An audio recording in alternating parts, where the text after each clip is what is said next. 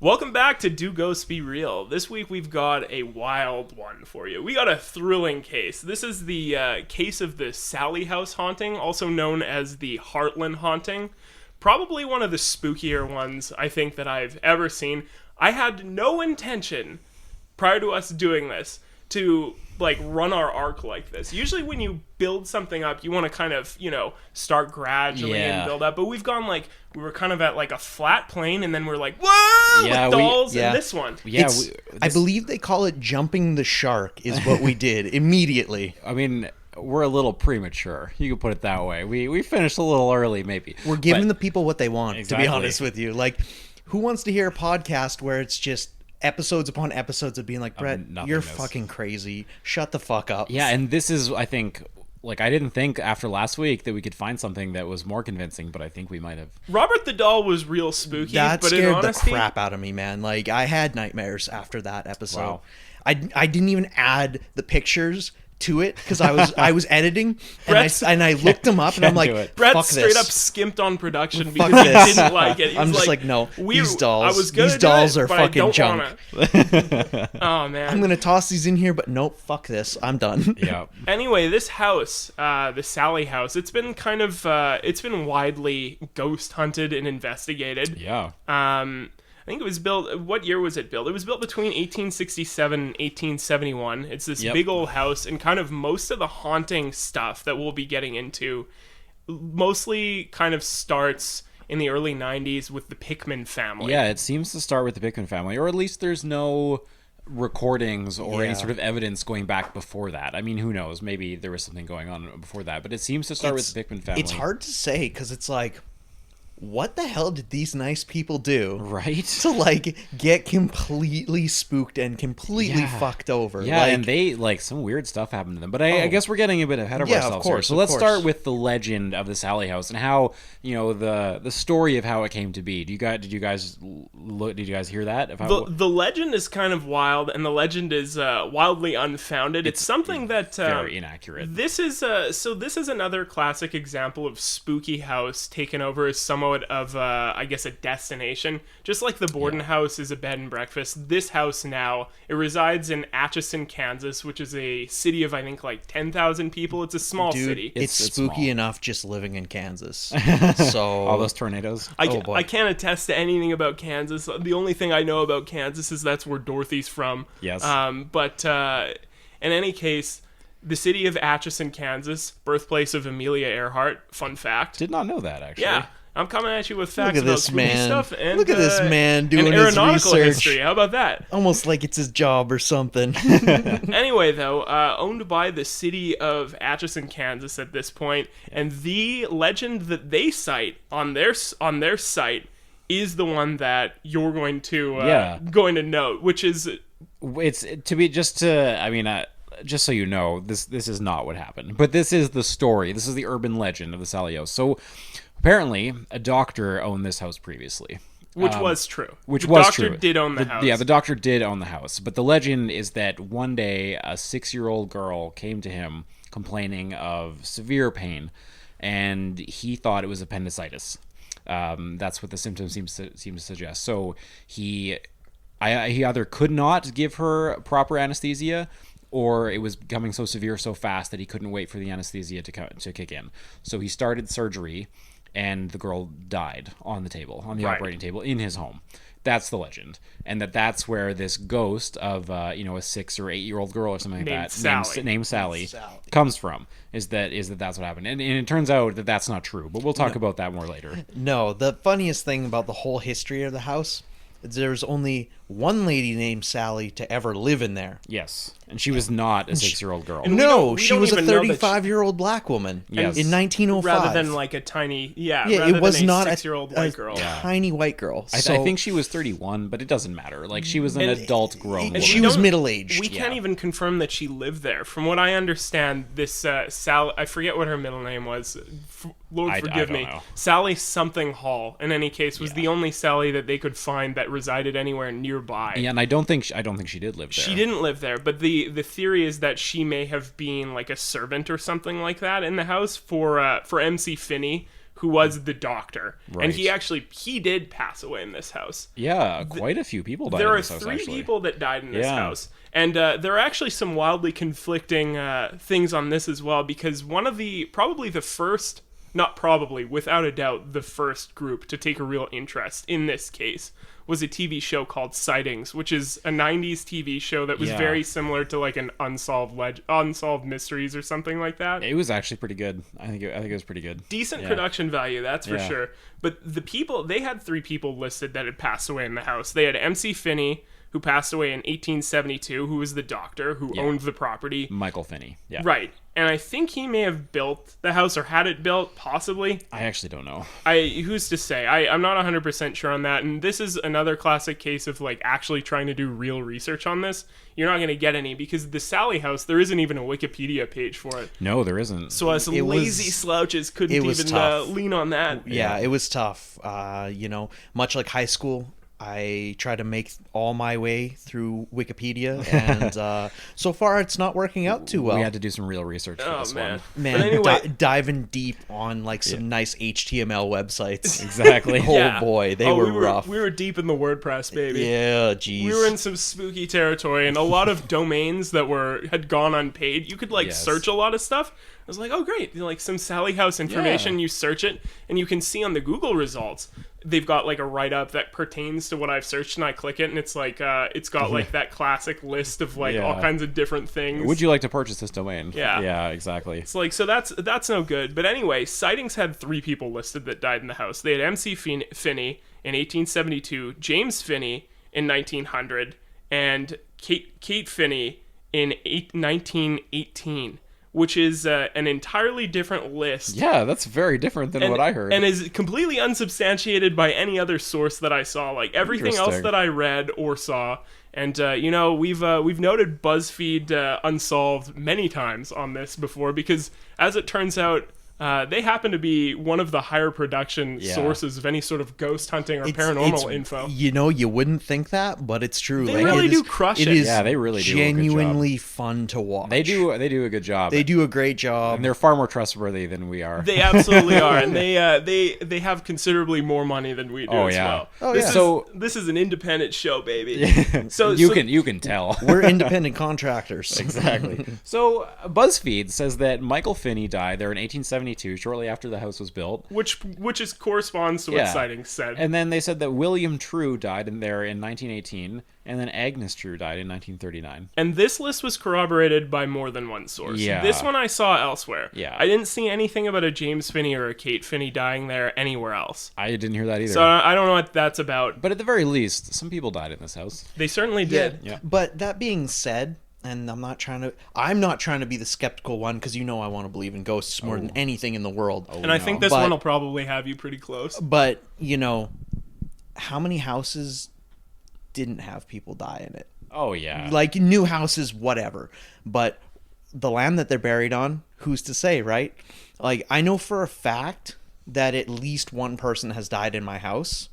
That's no good. That's spooky. Dude, due to respiratory problems. Everyone in my family has respiratory problems. Did your house have asbestos? It's very likely. Probably. It was made in the 50s, 50s, right? Yeah. So it's very... I mean, we've had it looked through, so who's to say, but...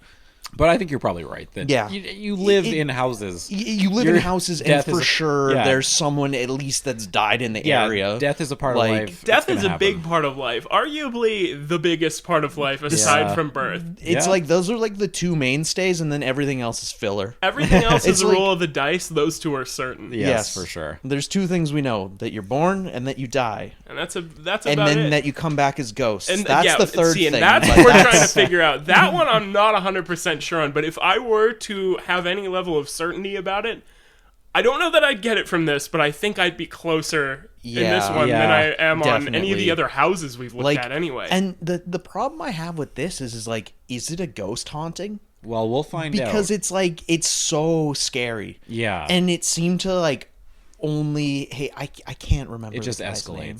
It just escalates. I can't even remember the homeowner's name. in the Deborah 90s. and Tony Pickman. Yeah. It only seemed to fuck with Tony. Yeah, and the baby. Yeah, it seemed, and that's it. And it seemed like whatever this thing was wanted Deborah to like it. Yeah, and it was. certainly. I feel like it was manipulating both of them. It was for definitely manipulating both of them, and I really went wild on this one.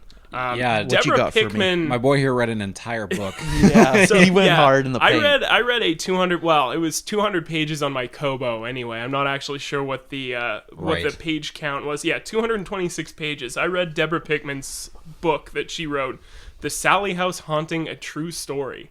In preparation for this one, I Well, you're gonna plowed have to, through that guy. You're gonna have to tell me because I did not. Yeah, read I this. did not You know what? want to do it by any stretch of the imagination.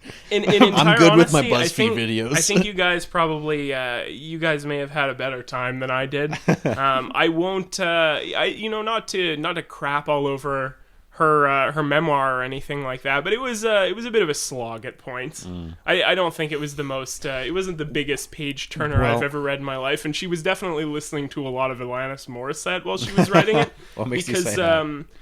a lot of the things that she said were ironic in it were just unfortunate. She really didn't seem to So- grasp the word ironic. From my understanding, she just also was not a professional writer. That Yeah, was not her job. So Is it ironic that she doesn't know what ironic means? It might, that might that be is ironic. probably the Or definition of ironic. are we painting ourselves into a corner? Are we gonna have to edit that out? We're hitting an irony I'm circle. terrified. Let's not get into this. It definitely, can't do it it. definitely is ironic if we don't know what ironic means. That is very ironic. See, that's ironic See, for sure. you know, Anyway, the three ding dongs here. We did look into this one pretty deeply. So in the early 90s, the Pickmans move into this house. They're a young family. They've just had a baby. Yeah. And they convert so the upstairs has 3 bedrooms. This is just a little home, a little brick home. And they convert one of the bedrooms into a nursery. And they have a dog, just as an aside. And almost immediately, some weird things start to happen. Yeah, the dog starts just going ballistic at it, as dogs tend to do. But the dog won't enter the nursery. He won't enter the nursery, and he's barking at the Yeah, opening of he'll it. stand outside the door and he'll just bark into the nursery. I hate that so much. Right? Because I know a certain other dog who does some certain things around my house. Oh yeah, your dear big girl Kenzie does Staring into the basement and growling. Oh, Love that. man, I don't like that. Love one that. The more I hear about your basement, the less I ever I want gotta go show there. it to you sometime. Man, 'cause we gotta record an episode down in the damn sub basement. Yeah. Oh, God. Oh, we'll just record it in the gym. That'll look great. Man, it'll be sweet with the mirrors around and the Van Halen poster. I'll love it. It'll be spooky. It'll be fun. So aside from the dog, though, some weird things start to happen. They have the lights flickering and dimming. Now, this house was built in like the late 1800s, so maybe they don't have the most reliable power. You might expect Wiring some ain't great. Yeah, but Wiring ain't it's, great. it's more than that. It's like Yeah. things go off while other things are on. So like the stove timer would wind itself up and then just go off. And, That's no good. And nobody did it. That's junk. You can't be having that. Yeah, you don't you don't You want can't that. be having that. And once the neighbor asked Deborah why she was leaving the nursery lights on all night, and Deborah was like, "No, I didn't do that." Like she would turn them off, and then they would be turning themselves back on. You know what weirds me out? Because I know they had a newborn, right? They did. So you have to see that newborn quite a bit in the night. Yeah. Not that I'm an expert on children.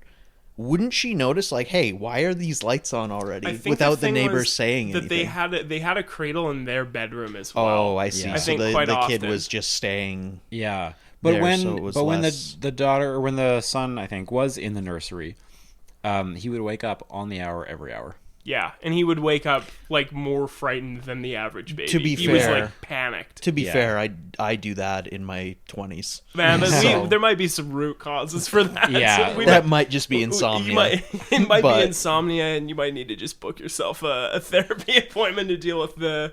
Who needs to deal with unresolved trauma when you can just talk about ghosts with your pals? There you go. Talk about ghosts with your pals and take a nice deep sedative and drift off to slumberland, baby. Yeah, so like weird things were happening in their house. And like there might be explanations for some of these things, but when you add it all together, some weird things were going on. Oh, for sure. Absolutely. Yeah. And probably when they first got in there, seeing all the kind of spooky things going on with the lights and the dog and the cats kind of zipping around, all that Yeah. sort of stuff. Like that's unnerving. But when things really started to get spooky, the thing that kind of really launched the activity was when they had Deborah's sister come in to stay with them. Yes. Because the baby was not sleeping properly, and they figured, well, she'd agreed to come out from, I think she lived in New York State, and she agreed to come out to Kansas to stay with them and maybe give them a bit of a break and take care of the baby. Yep. So she comes over, she stays. For the better part of her stay, things are pretty normal, but on the final night of her stay there, they come back from Tony's parents' house. I believe, something like that. I might be getting the details fudged up. I think so. In any case, though, they go to the nursery and they see that all of the stuffed animals that were on the shelves and stuff like that were neatly placed in a circle back to back. With their hands touching. Which is, Why? that's What? a very No. spooky detail. I really don't like that. Like, I knew about it, but that is so unsettling. Like, what the... At least the thing kind of has a sense of humor with fucking with them, right? I mean, until at least at it this gets early aggressive. juncture, anyway. Yeah, this early stuff, it's like, what the hell? It's I would bizarre. walk in and be confused, but I wouldn't be scared. There's I'd be nothing. like, You know what? I think I would be scared because there's no logical explanation for that. And they, like, in the book, the only thing like that would scare me is it would be like, well, someone obviously broke into the house. man, I'm Well- gonna come over to your house and I'm gonna set bears in a circle. I'm gonna Don't you get a do bunch it. of your things and put them in a circle. Good luck. Yeah, you know what? I'm gonna probably have some trouble finding the bears to do that, but I'll bring yeah. some bears and I'll put I'm a them in light a circle sleeper. on your floor. So the only explanation that they had for this was that while they were at Tony's parents' house, I believe Tony's sister, or maybe it was Deborah's sister. I think it was an aunt. Well, in was this at the case, house? yeah, maybe it was, but It was an aunt who stopped by to bring them a. Well, maybe it was a sister. I don't know. I'm just jumping all over you here. I think it's okay. I think it was a sister, but I'm not gonna go entirely with sure. sister. They asked her, because she had been there while they were gone. They asked her if she'd seen anything weird. Because she went to drop off a high chair that she they weren't did. using. Yeah, and they asked, like, hey, like, did you go up to the nursery? And she was like, well, yeah, I went up to the nursery to see if, like, what you guys had done, but I didn't see anything on the floor. But while she was there, she reported a strange, unsettling feeling as she climbed the stairs. And as she got closer to the nursery, she got, like, a deep-seated terror. This is what I'm telling you guys. like a knot in her stomach.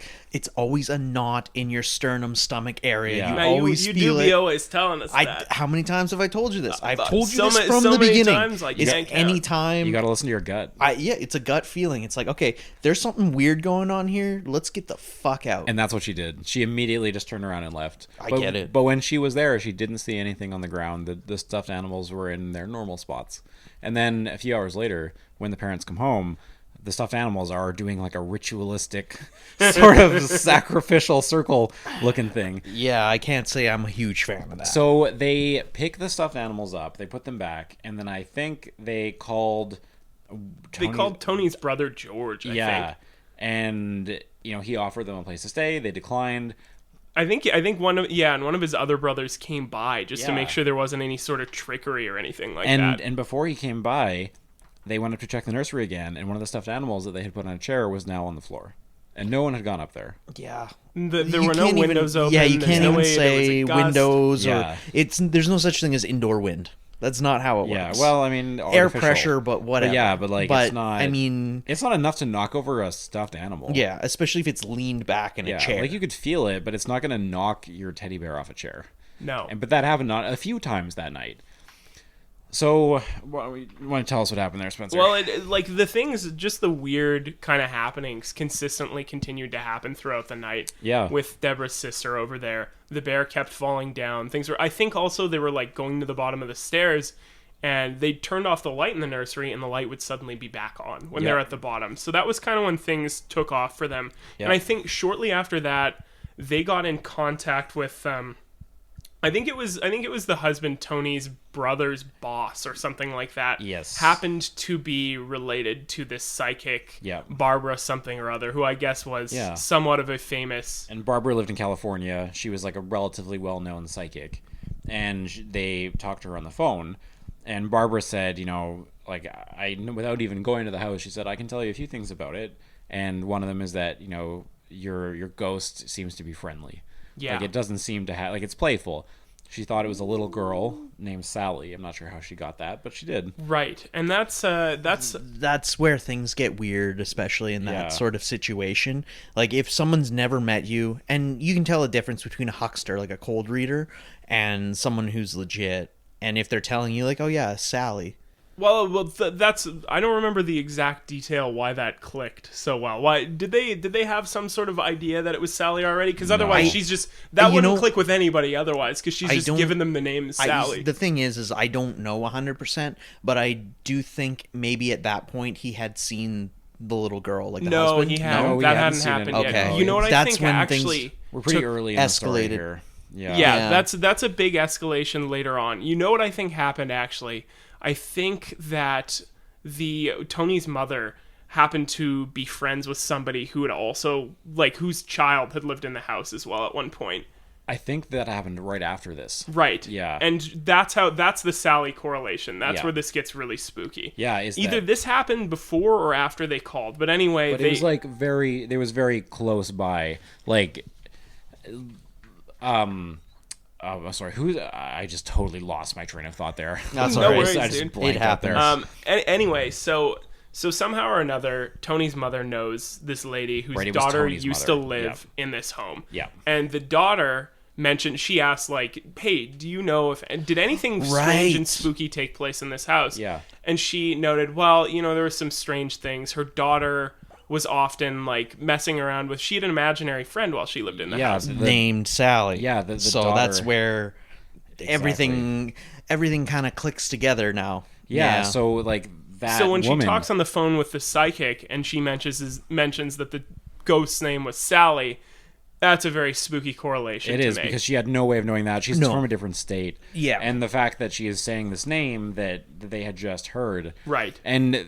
this, like, what you're talking about Tony's mother's friend's daughter, this was something that they've been maybe not dealing with, but the children have been saying that for years. Right. Was that they would say things like, the mother would ask, like, who put this here? And the kids would be like, oh, Sally did it. Their toys would be all over the place. And she'd blame it on them, and then they'd, very conveniently blame it on this imaginary friend. Exactly. Yeah.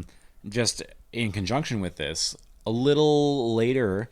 Tony comes home from work, and I think he's getting something from the fridge, and he turns around, he looks into the kitchen, and standing there is a little girl, just for a split second, and he's like, oh my god, he's shocked, he drops his glass, it shatters, and just like that, the apparition's gone.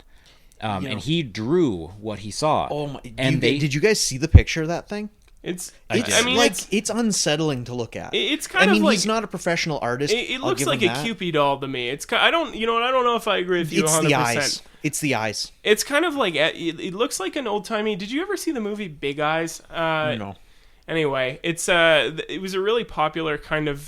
there were, like, these really popular paintings, I think in the 60s and 70s, that this lady had done of all these, like, very cutesy characters with big heads and gigantic eyes. And her husband, anyway, was her business partner. And because they thought that she wouldn't be accepted or something like that, if she was selling the art with her name on it, he put his name on it. Sure. And then there was, like, a big lawsuit. And anyway, that's a movie. That's a fun movie to watch. But that's what the drawing looks like. Okay. But the thing is like I said to you, I know he's not a professional artist. It's just something about the face, much like the doll episode, where I'm like, that it just creepy looks weird. Feel. Just when I was, mind you, I was watching this at like 2 a.m. when I couldn't sleep, as I do, and it really freaked me out. Right, like it really made something about it really made me uncomfortable. I gave me that. almost like I was a being watched sort of feeling. I didn't get that. I think this is a Brett thing. This is a me thing. I didn't get that. I get that a lot late at night regardless, just because the nature of the spookiness of being up late at night when you can't sleep. So they had this drawing that Tony had done, and they showed it to the child. To the child, yeah. And she said, oh, that's Sally. Like, she knew exactly that this alarm was bells going off. This was the person that she had seen. This is junk. I don't like this at all. So this is so we've got the psychic knowing the name without ever talking to anyone. We've got this these kids with their imaginary friend who's this little girl, and then we have Tony seeing it in the kitchen. But keep in mind, around this time, they're being told that this is a friendly ghost. It's a playful ghost. Mm-hmm. And now after they've talked to the psychic, I believe they're put in contact with a medium. I think. I think the medium and the psychic are the same person. Oh, it's the same person? Okay. Yeah, I believe so. There was another person at some point down the line. Yeah. Well, somebody, I think they were told from multiple people that this was friendly ghost. Yeah, I know that they had a bunch of things that continued to go on. Yeah. There was all kinds of wild goings on that continued to get spookier and spookier. They were noting that the balls on the ceiling fan were flying around in all kinds of nonsensical patterns that don't make sense to me, for any sort of airflow. That doesn't seem like fun and playful.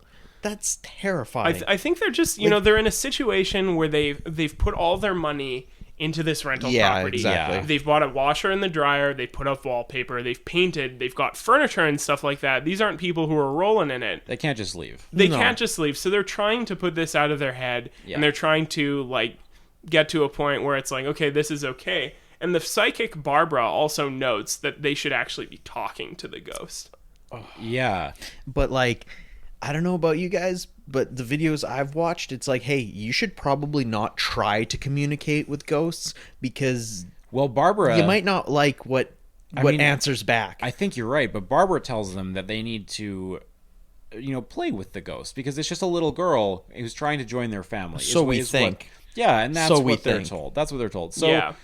So Deborah almost feels like a maternal instinct for this little which is girl. wild. And she buys her some toys. She does, the psychic suggests that they should buy her some things. Yeah. And because the big problem obviously is that this ghost consistently wakes up the baby. Mm-hmm. So the ghost is spending a lot of time. She notes also, the psychic notes that the ghost feels she likes being in their house. She feels protective over the baby. Yes. So that's why she's spending a bunch of time in that room. But she notes that they need to set some ground rules with this ghost. Yes. They need to give her some of her own toys. They need to give her a doll and some things to mess around with. They need to put it in the baby's room. And they need to tell her to pick up after herself because she's knocking stuff all over the place.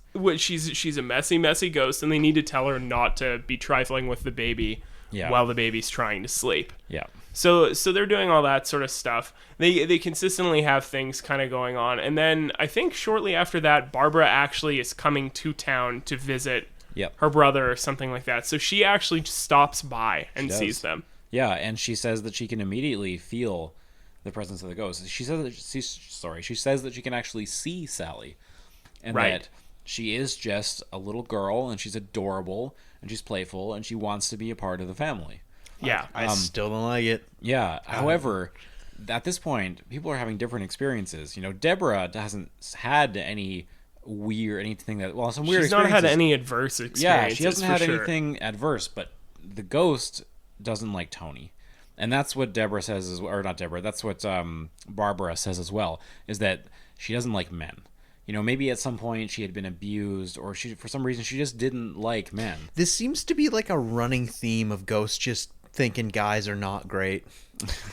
I get it, but come on now. Have we encountered a lot of that? I think, well, the last episode he was obsessed with the little boy. I think he loved him. He liked that boy. He didn't like all the other people around him. Yeah, he only liked the one. He just hated everyone, but he hated everybody. He liked at Robert least it was a Robert. discriminatory ghost. He hated everyone but this child. Yeah. Anyway, this ghost does not particularly care for Tony, and she's certainly taking things out on him. Oh yeah, as we see. And Tony starts to get injured. He does. He's getting scratched. He's getting he's having what could probably be described as night terrors. Yeah, he keeps waking up. He absolutely you could describe this as night terrors for sure. But he keeps waking up and seeing weird things. And at one point, I think he described seeing he woke up very early in the morning and saw a ghostly, haunting figure lying in bed next to him, just staring at him. But it's kind of like a zombie sort of looking, pale, for sure, sunken eyes, that's just exactly which is a very common night terror thing. Exactly, it's a very real sleep paralysis thing to happen. So I think that's probably something that it's just you can write that one off. You can probably write that one off. The thing is if he's consistently having these experiences where he's getting scratched, And could the ghost be affecting, because it's entirely possible, affecting his mental state? Because I know for me personally, in high stress environments, when I sleep, I will wake up with sleep paralysis, and it'll feel like someone's sitting on my chest and staring at me. Which is super common. Which is very common. I know it's a common thing. Yeah. But, just the fact that, because I'm pretty sure in the story he turned over and looked. Yes. Like he turned over and looked. He saw it. So if he was suffering with sleep paralysis, he wouldn't have been able to turn. It would have been like sitting on top of him, because when you're, you know what? I'm no expert of sleep paralysis. Because I'm a sufferer of it. I know what happens. You can't move your body at all.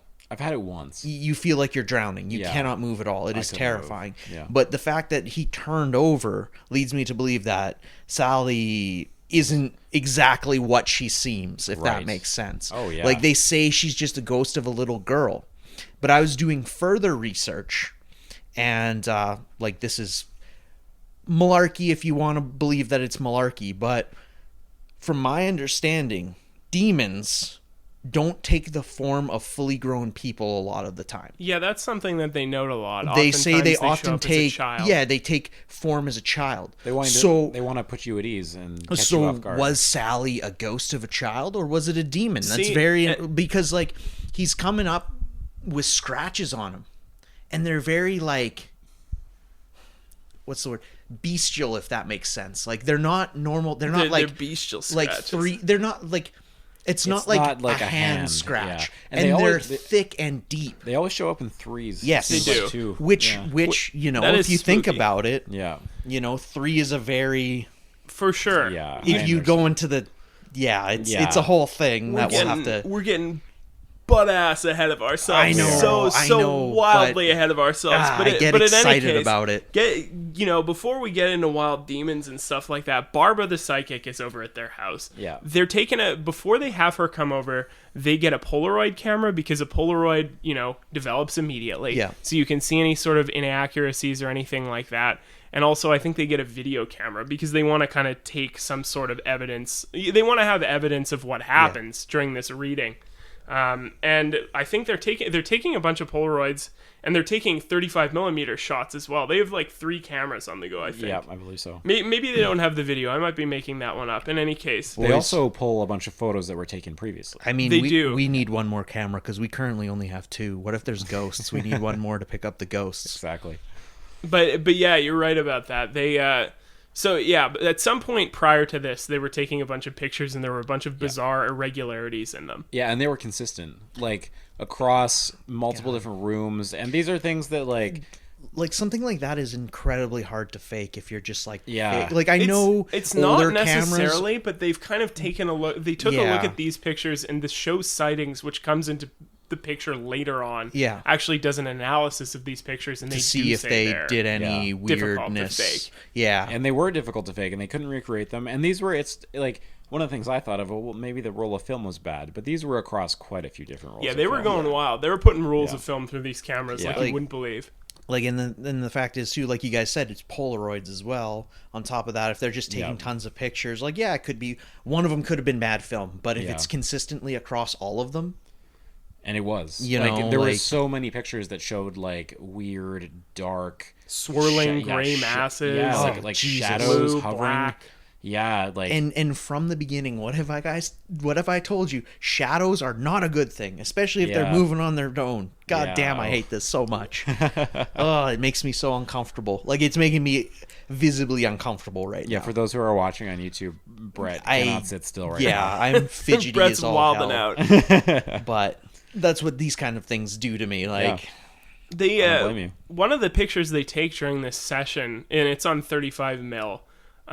They take it. The psychic tells them to take a picture up the stairs, and this picture that they take up the stairs comes back with this swirling kind of gray mass in the middle of it. Yep. And they send this one in a letter to Barbara, And what she says about it is that she said she felt the anomaly was Sallie standing on the stairs, hand on the railing, in a stance of protection so no one but the family could enter the area of what this ghost perceived to be a private area of the home. Right. Now, what I'd wondered about this, and I don't know a whole heck of a lot about psychics, but I wondered, like, why would she have to even perceive that, like, why would she have to feel that it was Sallie? Why wouldn't she just look at it and be like, that's Sallie right she there? should know. Yeah. But, always... you know, for every psychic, if there's, say, 100 real psychics, there's 2 million fake ones. I mean, I'm not sure that I've ever heard of a real psychic. I don't know if I've heard of any real psychics. Who's to say? I don't know. You can. Matt, you might be.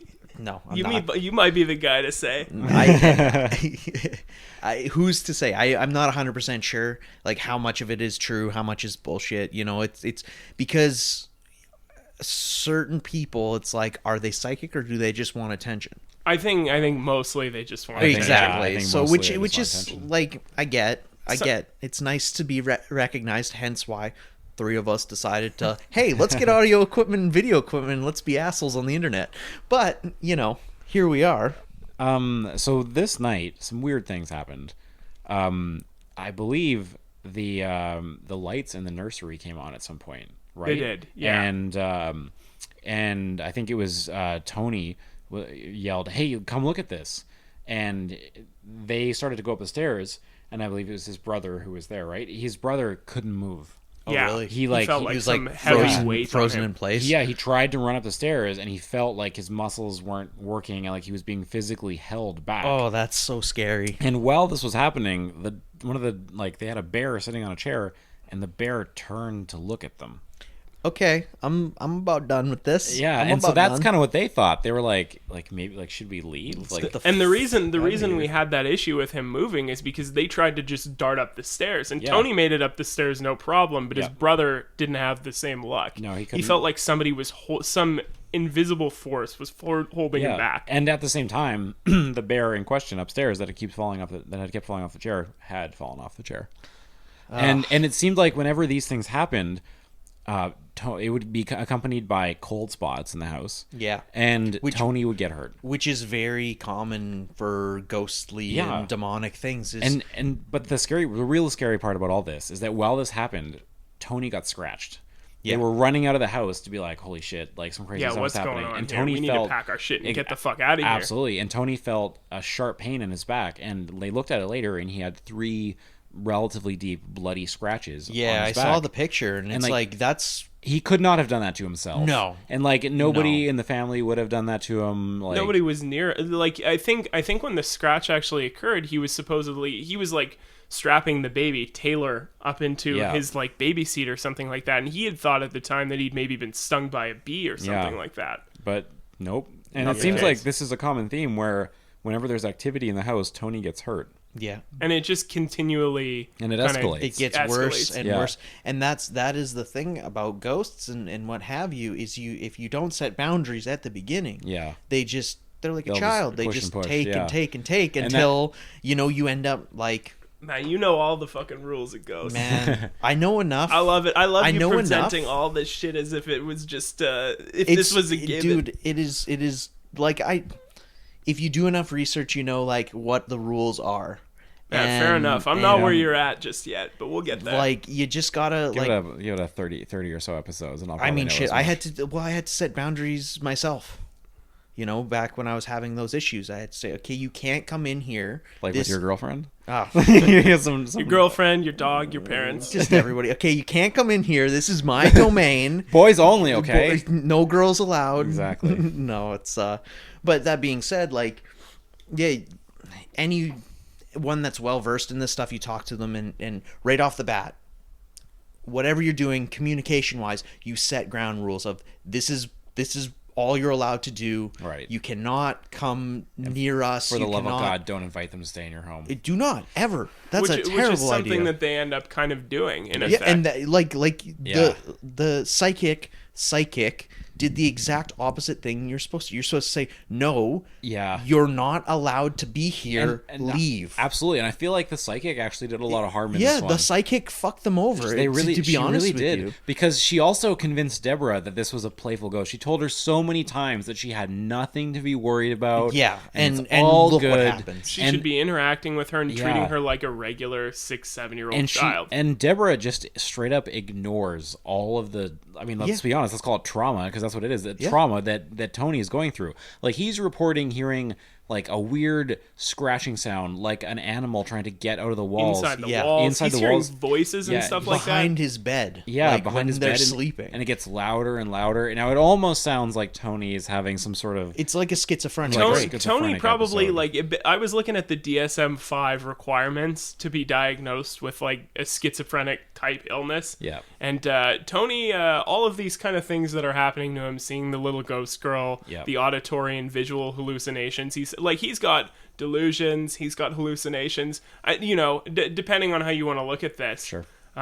You really could look at that. Aside from all the other stuff that people are seeing, I guess the thing that really sells this is that just so many people are present. Yeah. Yeah. And aside from It's not just him seeing and Yeah, dealing with this stuff. absolutely. If it was just him, then I would knock There- it up to maybe he's having mental Exactly. illness And there stuff. are things that only he is experiencing. Yes. which very well could suggest that, like, because I think in a lot of situations when people do have an illness like that, stress and exhaustion will lead to that. And Yeah. Tony, I believe, works the night shift at a grain elevator as well. And if you're constantly tired and you're being told there's a ghost in your home, you're probably going to start drawing conclusions that you wouldn't have otherwise. Yeah, confirmation bias is a hell of a Absolutely. drug. It really I was is. going to say, as a man who works night shift, I know what Tony's going through. You just dealt with night shift yourself, Yeah, I Simon, did. so It was not you fun. you know what that being overtired is. Yes. And Tony is a man who works night shift,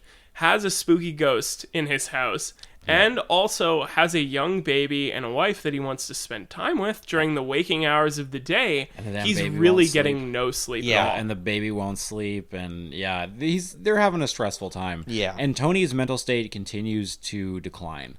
And he keeps telling Deborah that he's got these crazy feelings, and that Yeah, that he wants to murder her. yeah, he keeps telling her that I don't think he never said at the time while they were in the house that he wanted to murder her. But he did say in an interview afterwards, I wanted to slit her throat. Something he that I did. really didn't like about this story, there is some violence going on. There we, is. We at Do Ghosts Be Real are really we love cats. We We're do. big fans of cats, We and do. in this story, I'd read the Amazon reviews before, and I had multiple reviews that said, as an animal lover, I hated this book. Yeah. Because at one point, Tony just, due to a mixture... Tony has a mental break. He definitely is a mental break, but prior to the mental break as well, because this is something that I didn't see in any of the other sources. I'm assuming you guys probably didn't hear this. There are 2 cats I who didn't hear who that end either. up dead in this What? story. I only actually. heard about the one. In the Pickman book, in Deborah's book, earlier on, he's home and he's kind of like out of it, and he's getting messed with by this ghost, this entity, Sallie. He's trying to clean the house. He's vacuuming. The vacuum keeps getting turned on and off. Yeah. The stereo keeps going on and off. He's also got the dryer going at the same time. When he goes to flip the clothes from the washer to the dryer, one of Deborah's cats jumped in. Oh no. Oh, And no. like, what an absolutely horrifying situation. And this is one reason why Deborah believed that maybe the ghost was there are a few things, and why a couple of reasons, aside from the fact that she was feeling maternal about this, alleged child ghost. She also was like terrified of SIDS. She was really, really, really afraid that their baby would maybe stop breathing in the middle of the night. So she thought that maybe Sallie, because she'd been told by Barbara, this psychic, that the ghost felt some sort of possessive and protective feelings towards the baby, that maybe in the middle of the night, maybe she was actually just waking him up to remind him to breathe. Sure. So while Tony's doing all this cleaning and stuff like that, the vacuum's getting turned on and off. He's like getting very, very annoyed with this ghost. And they've been told to interact with the ghost and say, Sallie, stop. And he doesn't feel comfortable doing this because he grew up Catholic and really, really, really doesn't. He hates the idea that this is something going on in his house. And, if you're a believer of this sort of stuff, and I'm kind of here nor there, you might believe that might make you even more susceptible. That's what the colloquial wisdom would say, is that especially if it's some sort of demonic entity, they really don't like religion. Yeah. And if you're a practicing Catholic, you're like you're probably the worst off. You're the highest. You're on a the pretty scale. pretty high target right there. Yeah, absolutely. But Deborah believed that because he was getting messed with so heavily while this cat was being fried to death in the dryer, that maybe the ghost actually had good intentions and had intended to like kind of alert him to the fact that this cat is being killed by the dryer. Yeah. And he ignored it, and as a result, Deborah gets home, she opens her clothes up, there's all these brown weird spots on it, and then she realizes what has happened. Oh, that's terrible. And that was horrifying. And then later on in this story, another reason why, despite all of the horrible things happening to Tony, I'm not 100% convinced that this guy doesn't have some sort of mental illness, because... I mean, if you have something fucking with you that much... Could be, it could cause you to have a mental break a lot sooner. He was a very stressed guy at the time. He was. Sure. But he has a dissociative episode, and he says that he doesn't really remember doing it, but he grabbed a kitchen knife and he killed the cat. There was just a neighborhood cat in there licking a cereal bowl that he had on the counter. It wasn't one of the 2 cats that lived there, because there were initially 3 cats in the house. One he fried in the dryer, and then there were 2 other ones, and I guess the theory is that maybe another cat got in the window and was on the counter, and he stabs this cat when he sees it. That's definitely not a drinking his cereal normal milk. person reaction. And the only thing, sure. I think, if I remember correctly from the interview, the only thing that he could think while he was doing that was Deborah's next. Yeah. Which is horrifying. That's a very, very, very frightening thought. Yeah. And he's going about his business with this dead cat on the counter. Yeah. And from what I understand, what was written in the book, he was thinking she would come home and she would see the cat. Yeah. And because she loved cats so much, that would throw her off. He continues to go about his business. He goes and he sees his parents who have the baby. He picks up the baby from there, and while he's out, things sort of normalize, and he realizes, maybe these aren't some normal thoughts to be having. No. So he gets really home and he aren't. cleans up the cat, and he doesn't tell Deborah about it until way later. He goes, my bad, dude. Yeah. He's got this murdered cat leaking on the counter. Yeah. Oops, accidentally murdered a cat. I hate when that happens. I gotta say, like, despite all the horrifying things happening to him, I really lose my sympathy right quickly. Oh, for sure. Despite all the demonic stuff, I don't care a whole heck of a lot. At that point, I'm just like, you know what, man? Maybe he deserved to be fucked with a little bit. Yeah, my man, you gotta leave slayed cats 2 cats. alone. You gotta leave those cats alone. Yeah, no kidding. Don't fuck with cats. Do not. They are adorable. I can't watch that Netflix special. I can't. I can't refuse watch to, it but I won't watch it. Everyone says that like it's I'm not worth going watching, to. No. And the people who have done their terrible things get their just desserts. Great. That's great. That's all I need to know. I can't. That's all I get. Anything with animals getting hurt, I can't watch it. It upsets me. It's funny how we can like watch movies and stuff with like people who get messed up, but then as soon as an animal gets hurt, we're all like, nope, too far. Nope. This movie 0 out of 10. Nope. This movie is junk. Hate it. So some other weird stuff starts to happen though. Like this is just escalating. Like it gets worse and worse. It just seems to like just get hates, to a point. Yeah, it just hates Tony. Where it's like, Tony. Okay, I know we haven't ever had. Well, Robert the doll, we had people die directly around it. Yeah, but we've never in any of our cases had anyone die from a ghost, say like killing them. Right. Which I don't honestly think there's any recorded history. There's history of possessions, like I mean, I'm sure demons and stuff, like where people are exorcised. But to be fair, when that's happening, they're getting abused. I mean, I think that if someone was actually killed by a ghost, it would probably just be recorded as an unsolved homicide. Yeah, for sure. Yeah, because how are you gonna, one of the big things about you really can't use any sort of demonic possession or anything like that as a defense. And that actually, The Conjuring 3 is based on a story that this guy allegedly got possessed, stabbed his landlord like 40 times or something like that, and they tried to use demonic possession as an argument as his defense. To be fair, I think arguing mental illness is the higher move. Probably, yeah. Anyway, the judge didn't, because it was based on a real case as well. The judge didn't buy. The judge did not care for that. Yeah, the judge wanted that junk out of his courtroom. He certainly did. Yeah. It's interesting. I was just thinking about this, and I totally missed this from earlier. But we're talking about how these episodes are escalating, and how this probably a demon at this point is just messing with Tony, and he's getting cuts and bruises.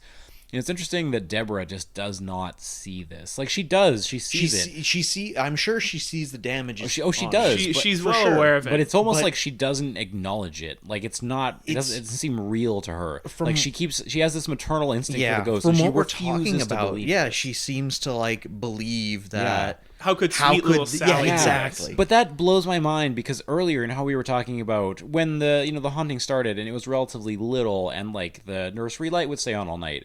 Yeah. I forgot to mention this, but there were fires in the nursery. Yeah, there were there were fires all over the place. At that point, you might want to think, hey, maybe we got ourselves a Beelzebub fucking around here. No kidding. Like, are you going to listen to the psychic? If you're listening to this, you can hear my earphones. It's a nice ghost. It just psychic happens to be a pyromaniac. Yeah, it's just trying to burn your house down with your baby in it. No big deal. And you know what they do to actually accommodate the ghost and the fires? Because Deborah just thinks that this is little Sally trying to get their attention. She talks to this ghost and says, "Hey, Sally, from now here on out, you just light fires in the oil lamps when you want to let us know. Just light the wick of that." But, things consistently continue to be on fire. Yo, Sally, chill with the fire. Yeah, right? No kidding. What did I say? Demon. Yeah, I probably. Just fucking around with fire. So Tony keeps getting hurt. And eventually this comes to a head when Tony supposedly gets picked up and thrown against the banisters of the stairs. And that was like kind of the last straw. That was kind of the last straw. And he gets thrown so hard into these things that it breaks the banisters, and he almost falls down 2 flights of stairs. That's basically fucking nuts. I didn't get that far into it. That's so he was crazy. bodily thrown into this, and he tells Deborah this, and I think this episode is finally what clues it in for her that this is not something that's nice. You don't want it around. The thing is at least this fucking whatever the hell it is, whatever we want to call it, is tied to the house and not to them, because they befriended the damn thing. She befriended that's the damn challenging thing about this is actually we don't know necessarily that this is tied to the house, and they actually talk to before we get to this banister incident. There's no point in really beating out every single thing that happens, but at some point prior to that, the show sightings comes in, and they're somehow linked to Barbara. They find that this is actually a very compelling case for them. It's doing great ratings for them, because initially, like an Unsolved Mysteries, they have shows of 3 stories often. Yeah. And the Heartland Haunting was one of them. They had such a reaction. This is 1990, I think 1992 to 94, somewhere in that range. It was. Early internet stuff, anyway. Yeah. When people are first getting email, they were getting blown up in their inbox about this particular case. So they came back. They did 4 episodes with the Pigments. That's pretty nuts. And they caught some weird stuff on camera. They did catch some weird stuff. They caught possibly the most compelling piece of paranormal evidence in existence. Definitely the most compelling piece I've seen. Now, I will note that they say the thing that they caught on camera was a 9-minute uninterrupted shot of Tony's torso with scratches going across it. Yes, and you can see before this that there were no marks, and you can see after it that there were marks, and the camera never pans away. There's no cuts. God, it's which is wild. That's so nuts. There were other things, though. They just weren't exactly caught on camera. Right near the beginning, at the beginning of the interview, Deborah is speaking to the camera, and Tony cries out, and the cameras turn, and I should say just before this, they'd felt some cold spots in the house, and the psychic who was there was like, "Yes, this is your ghost. This is Sally." Yeah, and the cold spot was nearby where Tony was sitting. While they're doing this interview, Tony cries out. The camera pans around, and Tony shows his arm, and there are 3 very fresh, bloody scratches on his arm. And he's holding the baby in his other arm as well. So it's not as if he could have whipped his arm around, scratched it. And there was nobody in that. It was just him and the baby, and then over, maybe 8 feet away is the camera crew looking through the door. So it's not like there was nobody there. He was just sitting there, and you can see this where earlier in the shots there was nothing there, and then they pan over, and there is he's jacked up, fresh blood dripping from his arm. Yeah, well, it's becoming more and more apparent the deeper we go and the cases that we pick that we're starting to look at, you're like, oh fuck. I think we're gonna. Brett might have something. I'm not giving you that. No, I'm not giving you that yet. I'm gonna take that as a W. I think it's a solid maybe. It's definitely a solid maybe. See, there's cases that you look at that are complete and utter bullshit. They're just people who want attention. Yeah. And then there's cases like this where these people just want to live a normal life. They didn't ask for it. And they're just getting, one guy in particular is just getting fucked with constantly. The whole family is seeing all kinds of madness. The baby's getting messed with too. And something I guess that I would take into consideration about like one thing that's notable about this place is the story that's on, notable about a lot of these places that are being billed as like attractions. Mm-hmm. Story that's on the official Atchison City website, because the Sallie House is on the Atchison City website, is that, there was this appendectomy that was botched and this ghost, Sallie, was in there, and that's kind of it. At no point during the Pickman's book is that even mentioned. There's nothing about that in there. No. So that's some nonsense. But, and similarly to the people who own the Winchester house, they go on and on about it being haunted and blah, blah, blah, blah, blah. There's not anybody, what we discovered was we weren't so sure. We weren't so sure that it was super compelling. Yeah. And the same thing with, the Borden house as well. You're going to lean further into that. You're going to put spirit boards all over the place. You're going to go, ooh, it's spooky. You're going to be here at night. And it definitely is, because people were hacked to death in that house. And it just genuinely is a very scary place, whether you believe it's haunted or not. But what do the Pickmans have to gain by doing this? What does this family have to gain by doing this? They can get something that they're worried about, especially. And one of the things that was, I guess, an aspect of the sighting show was that Tony's face is blurred throughout all of it. They used different names for them. They were worried about being ostracized in the town. This was a very, Catholic town. See, people didn't believe in this sort of thing. These people literally had nothing to gain. Yeah. And they didn't want to be associated with it. And the thing that drives me crazy was with the backstory and all this stuff is that doesn't explain the hauntings. And then when we look at the evidence of, say, the sightings show and stuff like that, that is hard evidence. That's not some story about some as close as you're going to get anyway. It's medical thing. It's straight up evidence of someone clearly getting fucked. I mean, with. it could be goofery as well. It certainly could be, but it would be tougher to do. Why would a man mangle himself for goofery? Well, why? You know what? It could be potentially one theory that a skeptic could probably have would be, maybe the show Sightings is doing some goofy stuff. Yeah. But it's a pretty high-level Hollywood effect, honestly. This was it would be very hard to fake. Yeah, and this was a reputable news channel, if I remember correctly. This doesn't seem... It's a notable TV show. Yeah, this doesn't seem like the kind of thing that they would do. No, I could be wrong about that. But that being said, we've seen plenty of videos online where it's not so much back then. But with the fuckery. This is the early 90s too. You don't have access to After Effects at this point. No. Or at least not on the same level, that's for sure. Yeah, no. So if you were wanting to do these things, you would have had to be a Hollywood editing. It would have taken a lot more budget than what they had to do what was happening. You would have had to contract Lucasfilm. Yeah, you wanted this to happen. But are they really going to do that for? No. There would have been records. It's a compelling. It's a compelling story. They just want to report the story. That's all they're doing. It's pretty much a news show. It's 90 minutes. Yeah, and speaking of shows, our boys over at BuzzFeed Unsolved.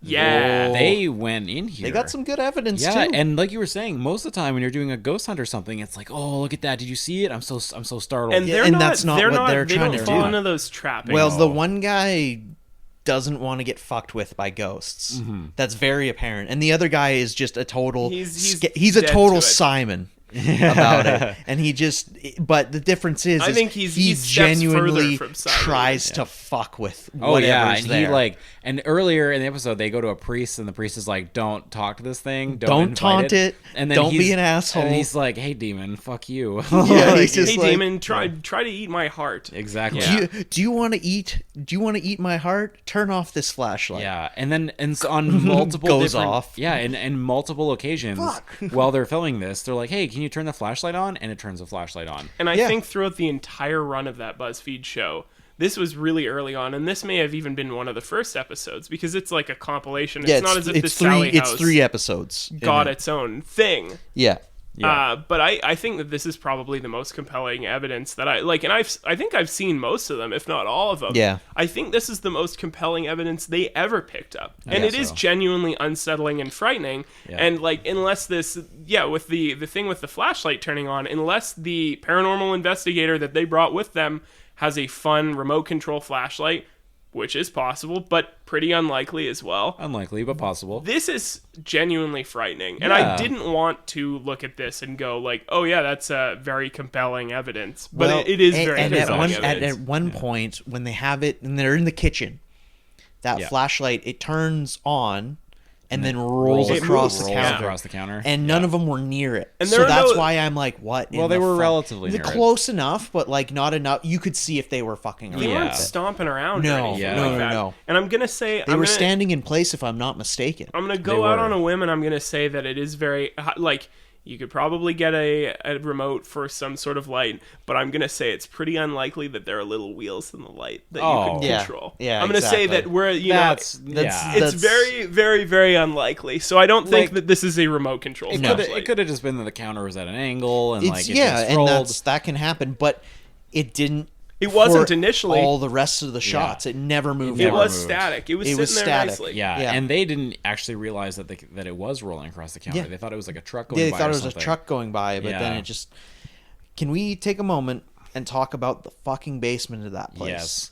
There's just a giant gaping hole in the fucking wall. Why is it there, and why is it like Well, that? keep in mind I this hate house it. was built in the 1800s. It My could be a mom has a crawl house space. that was 100 years old, and there were a whole corner of the basement was just dirt because Yeah. they just didn't finish it because Yeah. that cost money, and it was a 100-year-old foundation. Like that's not uncommon for a No, 100-year-old for house. sure. But there's just this giant gaping hole in the wall. I mean, it's definitely And then- creepy. And then they found out that there was a pentagram Yeah, on the floor. on the And they floor. found like a black robe and a fucking cauldron. As like, from the people who immediately after the Pickmans moved out, Yeah. there was another family that lived in there, and they rented from the guy who owned the house. Yeah. And they didn't report any sort of paranormal activity. However, when he went into the house, after they yeah, the moved out, landlord He found was all not this. they found pleased. all this madness. Yeah. So, Yeah. like, did that happen because they realized the house was demonic and they were praying to it to save their lives? Who knows? It's very possible. That makes for a much more fun story than they were just assholes spray painting pentagrams on the floor. Were they Yeah. like a satanic cult? You know what exactly really bothers were they? me? They cheaped out, didn't use goat's blood. They went with a fucking black spray paint. Come on. If, I mean, a if you're, pentagram- go- dude, if a you're pentagram's gonna a be a pentagram. Satanist, do it right. You're just wasting your time with.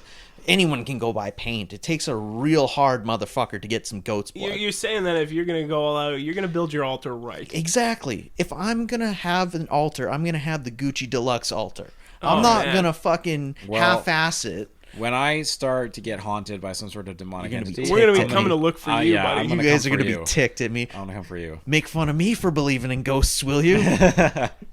Anyway, that's largely the bulk of this This is story. the At meat and end potatoes, of, yeah. At the end of the book, Deborah goes into it a little further, and Tony starts kind of unloading on her as the years go by, and letting her Yeah. know about the fact that like he was considering committing violence against her. Yeah. He lets her know about the cat, and he lets her know about all this other sort of stuff, Yeah. which he didn't tell her while they were living there, because like she was like sloughing it off and being like, no, I think maybe you're just sleep deprived, Yeah. that sort of thing. Like And I think he eventually stopped confiding these things in her Yeah. because she didn't believe him. which sucks. Yeah. It does suck because And- you've lost your confidant. Who are you going to Absolutely. tell? And you feel like a crazy person at that Yeah, point, and right? I think that probably contributed to his mental state was that Yeah. he felt totally isolated and that he couldn't tell anyone about these sorts of things.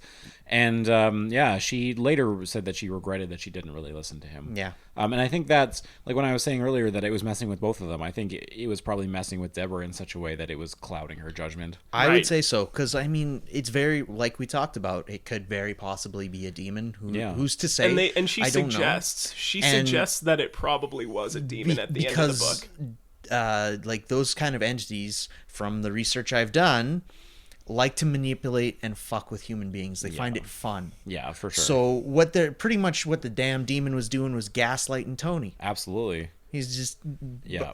Deborah and Tony. He was just gaslighting He him was hard. making Deborah blind to it and making Tony see all this crazy shit. Yeah, he was just fucking with him nonstop. Yeah. Do you know how unsettling it would be just waking up, turning over, and just seeing like a corpse in your bed? I think I'd be so mad. I would probably would have screamed. I'm just It'd gonna be no burn the good. house down. probably- The yeah. house is no good. It's junk. I We would gotta woken up throw it the out whole and house. start that, again. That baby would be screaming after I was screaming. That kind of shit terrifies me. The fact that like whatever it was just loved fucking with their mental state. Yeah, and it hated Tony. Yeah. That thing, like it never tried to kill him. It never tried to set him on fire. To be fair, though, Potentially the banister throw. the banister thing. And the banister thing that was actually... the final straw, right? Yeah. That could have broken his back. it was escalating. It could have broken his back. He could have died. He could have died. You know. And the banister thing took place after they tried to cleanse the house as well. Right. Yes. They got some lady who showed up. yeah. Whether she was or was not Native American, I'm not so sure. Whether she was an indigenous person. In any case, she showed up in full garb, apparently. I think if I remember correctly, they actually identified that there were multiple spirits living in the house. They did, and that's kind of where it went. That there was an older lady, a Yeah. perfect gentleman, and a 6-year-old girl. Yeah. And they tried to do a cleanse, But Deborah fucking wouldn't let them. she wouldn't let Yeah. Sally go. She wouldn't let that ghost She go. let man. the other two go, but she let's keep she the said kid. she cleansed the house the other What did two, I but say? allowed Sally to stay. The damn ghost was gaslighting. It was him. manipulative. It was definitely manipulating them. And then that's when things really blew up and Yeah. went to hell in a bucket, and Tony almost got tossed off a balcony, and Yeah. then they moved out of the damn house. And at the end of the book, she actually notes that Tony still, like, they're like, things have gotten better since then, but, Tony still struggles with this sort of stuff, which I just like, because they were talking to one of the people who was on the sightings show was some sort of, I think they called him a parapsychologist. Yeah, that's right. I looked into that guy who was a parapsychologist. His name's Kerry Gaynor. I've never heard of. They called him a world-renowned parapsychologist. I'd never heard that classification either. I looked him up. His actual classification is that he's been a hypnotherapist for 30 years, which is some silly stuff. That's some malarkey. And what I saw was that he was on Gwyneth Paltrow's Goop website. Oh boy. And he was advocating for his quit smoking method. Oh boy. So I don't know about his credibility, but in the last couple paragraphs of the book, they talk to this Kerry Gaynor fellow, and he kind of mentions, they're like, oh yeah, we moved away from the house now, it's going to be all good. And he goes, well, I guess time will tell, because there are like hauntings that, resonate in a house, and then there are hauntings of people. Yeah. And then she ends the book saying like, things have gotten better, but like, Tony still deals with some stuff every Yeah. once in a while. Well, of course you've gone through all that trauma. You're gonna remain dealing with it for a long while. I feel like regardless of whether these events are real or not, I feel like Tony needs some mental help. For Tony sure. might need some medication. Yeah. And some, Yeah, some medical help. Yeah, Tony might need a diagnosis. yeah, Like, he for might sure. as I feel really bad for him, but at the same time, he did kill animals, so I can't feel too bad. Yeah. That is the thing that really that is it makes real... me hard to empathize with him. Oh yeah, and that's a marker for for craziness. Like Like- for like if you are hurting animals, yeah, there is it's- something wrong. It's with not your good. brain. Yeah, It's not good. Absolutely. Okay, I'll put it this way: if you're hurting animals and feel no remorse for it, Yeah. If you have a fit of rage, remorse or not, if in a fit of rage you pick up a butcher knife and stab a cat on your counter Yeah, for I can't licking say I've cereal milk, ever I think thought- that you might have some issues. yeah, I Oh, can't yeah. say I've ever thought like any sort of. People definitely have had I've had those thoughts. Oh but boy! All right. animals- Anyway, this episode's running wild. animals here. never. Animals never. Oh boy. Before Brett implicates himself in No, any no, sort no. of crime, what are Excuse we me. thinking about? Thought crime is not a crime. All right. So what do we think about this one? What do we think on our haunted level? I think this one is pretty high up there. Yeah. I mean, this is the only thing I've ever Last seen week was pretty high. relatively relatively convincing video evidence. Like normally when we're looking up ghost hunts for these sorts of things, it's a bunch of nonsense. It's a bunch of Guga and people yeah. screaming and knocking on walls. Yeah, and, yeah, oh, exactly. Did you hear that? But And Yeah. turning but a on this camera. one, like the flashlight turned on multiple locations. It did. It also turned off on multiple occasions. Yeah, it wasn't like it was just a one. Yeah, it was one way multiple thing. times. We've got the video evidence from the 90s, the 9-minute footage, and like it's not like a huge bloody scratch, but No. it's like someone took their fingernails and roughly like dragged it over your skin, and it left like raised a nasty bump. raised whelp, as if you were to get scratched by a cat or something like exactly. that. Yeah. Like it clearly was there. We've got the video of him getting scratched while he's holding the baby. Accounts from the family members who were there who saw some weird stuff. Like, I don't think they'd be lying about it. Like, I don't know what they would have had to gain from I this. can't imagine that these people have gained a whole bunch. It's not as if they owned the property or anything like that. They weren't. The fact that Tony, during that show, had his face hidden and they changed the names. Yeah. They're not looking for fame. They're not looking for No, fame. They're not for looking fame. for money. Yeah. That you can tell that. Yeah. They just want to get their story out. Yeah, and it did get out there. It's known now. It was one of the most haunted places in the country, in the States. I think this one is pretty high. Like, I rated last one a 7. I think this one's also going to be maybe 7, maybe an 8.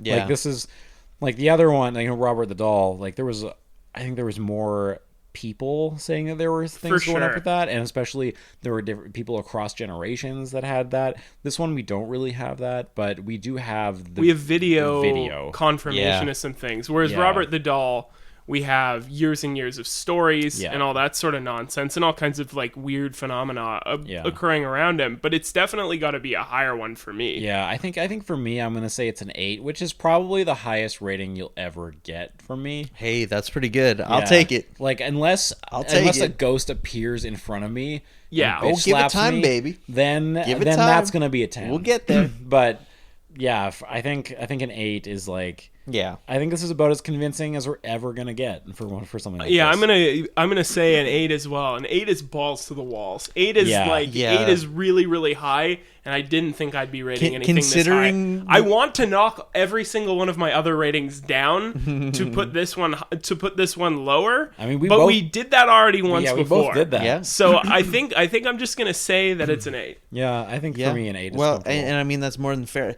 We started off at like 2s and 3s with you guys. Yeah, I mean, I think I rated the Winchester House like a 4, and retroactively I was like, okay, no. Like that's a 2. That one's gonna be and then 3. there's me I've been high. Brett's been 10 out of 10. Yeah, high. this one, like last week's, I believe it was a 10 that I gave it. Yeah. This one obviously a 10. It's just the video evidence is like more than. It's more than we've had for anything else. Yeah, and I don't know that we're ever gonna get anything. I don't think we ever will. Again. Like I think we might have peaked. The thing that scares me the most is like we should have done this one later. yeah, it's fine. Yeah, we got to get those viewers, man. We definitely but gotta like get those viewers. the thing that scares me the most is it just the ghost of a little girl? It's not. No way. It can't be. It's a demon pretending to be the ghost of a little girl to gain your trust. But it's actually... If I'm to believe in demons, this is a demon. This is a demon. Yeah.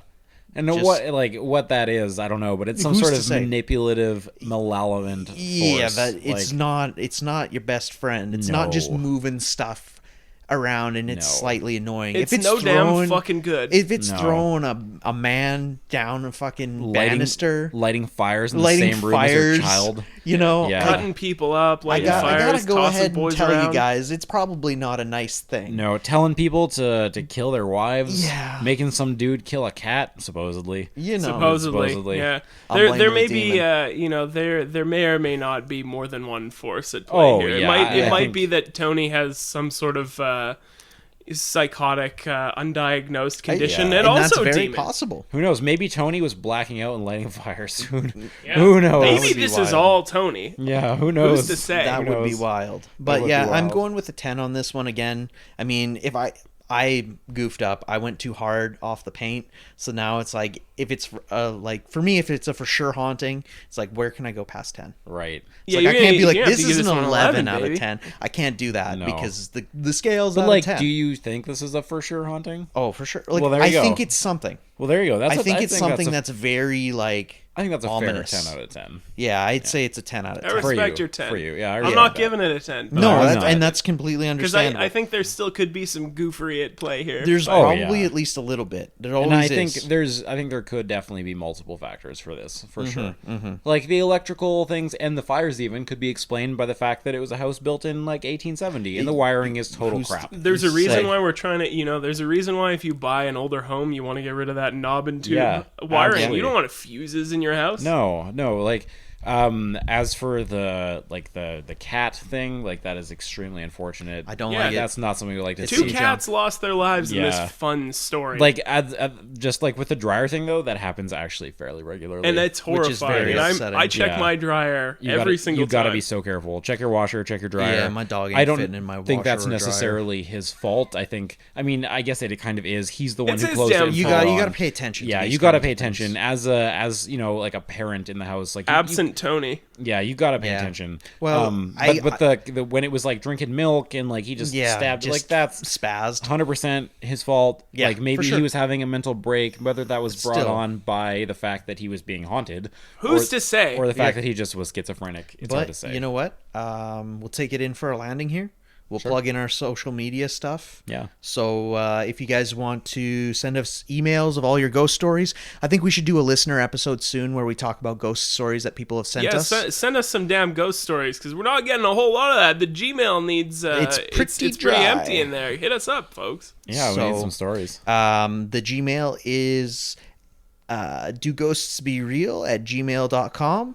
Our TikTok is Do Ghosts Be Real Podcast, and our Instagram is do.ghosts.be.real. And hopefully I'll be able to fix that someday. But It's a bit of a mouthful. for some reason, I don't know what I've done to it. It said after 14 days I'd be able to fix it and change the name. Yeah, no dice. I've tried to submit a ticket. It isn't happening. Also, being still slighted. not on Apple Podcasts. Thank you so much, the ghost of Steve Jobs, who's 10 out of 10 real as well. Yeah. But we're working on it, Yeah, folks. we're working on it. Yeah, but you But know anyways, I'm Simon. I'm Spencer. what? I'm Brett. Thanks for listening. Thank you very much. Have a beautiful day, people.